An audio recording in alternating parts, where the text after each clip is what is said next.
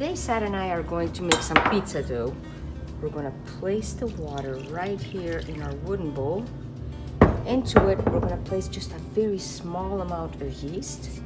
We'll allow it to dissolve. In the meantime, the salt will go into our 00 flour. I prefer to mix it in the flour first. Now we're gonna get the flour and place it right in here. And with this brush, we're gonna get the excess leftover flour out, and we will start kneading. With the help of this dough hook, we're already gonna start mixing the ingredients up. And then of course, the best tools in the world are hands. We're gonna get our hands into it.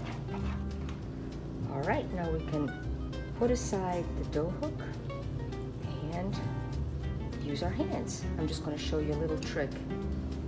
Down below, we have put some wet towels to keep the bowl in place once we start working. And now we're going to start kneading this dough. And as you could see, it had just a little bit of yeast in it, but this dough is going to actually rise at room temperature for about 5 hours. The scraper, it's just a rubber little spatula here to get some of the dough and flour off the edges, and then we'll just keep kneading.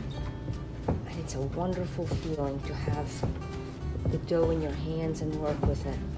This one is a little bit wetter than usual, and we're going to make a dough for a pizza napoletana. At this point, I'm going to put the dough on the work surface right here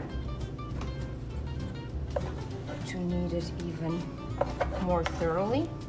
And since it's a bit of a wet dough, we're just going to knead it a bit like this to build structure.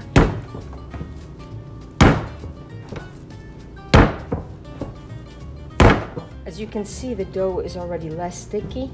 And now we're going to be able to knead it. And the way you do that is with this part of the palm of your hand, you can just press down, give it a little turn, and press down until we have a nice, uniform, beautiful dough. Look at how beautifully the dough has come together now. It's no longer sticky. And you can see a nice sheen on top. It's nice and smooth. Now we could either place it in a bowl like this to rise, or totally put it back in here in this wooden bowl. But for the visual sake, we're going to put it in this food safe plastic bowl right here. For visual purposes, because not that it's a pretty bowl, but we'll be able to see as to how it rises. We're gonna cover it up and allow it to rest for 5 hours. So here is our dough after 1 hour. And here is our dough 5 hours later. Nice and airy and ready to be divided. I'm gonna dust our work surface and then allow the dough to slide out of this container. With the help of this spatula, we're going to start cutting sections off like this, and then measure out about 250 grams, a little too much. There we go. And the way we're going to do it is by tucking the dough under, just like so. Our dough balls can be placed in these dough trays. You just need to leave enough room to allow them to rise. And these will be placed into the refrigerator overnight.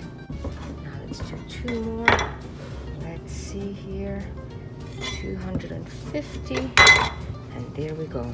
Once again, we just kind of grab it and put it under. And place it on the table. And as it makes friction with the table, it gives it a nice taut look.